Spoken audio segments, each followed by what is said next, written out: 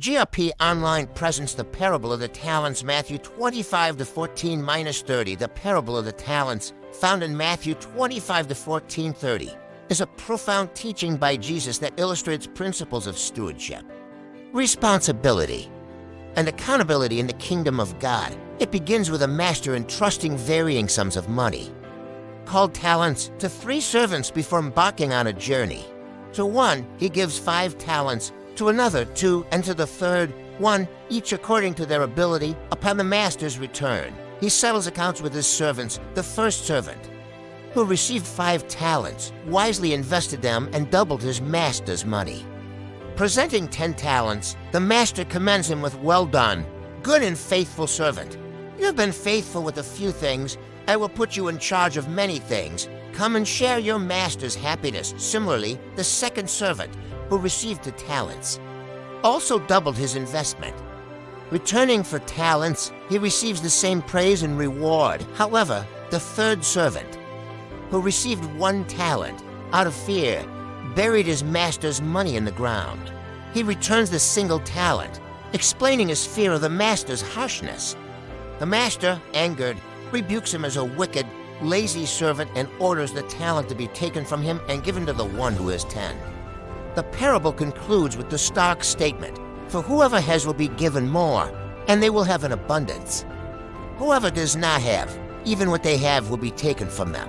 And throw that worthless servant outside into the darkness, where there will be weeping and gnashing of teeth." Jesus' meaning in this parable is multi-layered. Firstly, the talents represent not just monetary wealth, but any gift, ability, resource, or opportunity that God entrusts to us. These can be spiritual gifts, natural talents, time, influence, or material possessions.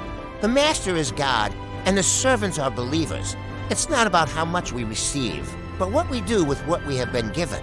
The master gave according to each servant's ability, implying that God understands our capacities and gives us responsibilities that align with them.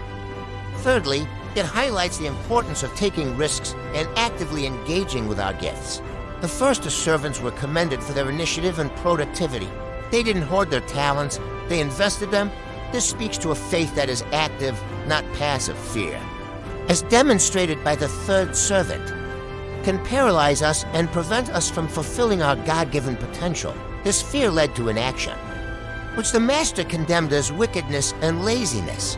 For believers in this generation, this parable is incredibly relevant for exercising their faith. It calls us to, 1, identify and utilize our gifts. ***, each believer has been uniquely gifted by God. This parable encourages us to discover what those talents are, whether it's teaching, serving, giving, leadership, evangelism, creativity, or practical skills, and to actively use them for God's glory and the advancement of His kingdom. 2, ***, overcome fear and insecurity. ***, the third servant's fear was his downfall. Many believers today may hold back from using their gifts due to fear of failure, inadequacy, or judgment. The parable challenges us to trust in God's provision and empowerment, stepping out in faith despite our fears. 3, embrace responsibility and accountability. ***, we are accountable to God for how we use what He has given us. This should motivate us to be diligent and purposeful in our service, understanding that our efforts, no matter how small, contribute to a larger divine plan. For ***, seek growth and multiplication. ***, the expectation is not just to maintain, but to multiply. This means continually developing our gifts, learning new skills, and seeking opportunities to expand our impact for Christ. It's about spiritual growth and fruitfulness. 5, live with an eternal perspective. ***, the master as return signifies the ultimate accountability we will all face before God. The reward for the faithful servants, come and share. The master's happiness points to the joy and eternal blessings that await those who have been good stewards. Conversely, the fate of the worthless servant serves as a solemn warning against spiritual apathy and neglect. In essence, the parable of the talents is a powerful call to action for every believer. It urges us to move beyond passive faith to an active, courageous, and responsible stewardship of all that God has entrusted to us. knowing that our faithfulness in a few things will lead to greater responsibilities and eternal joy in His presence.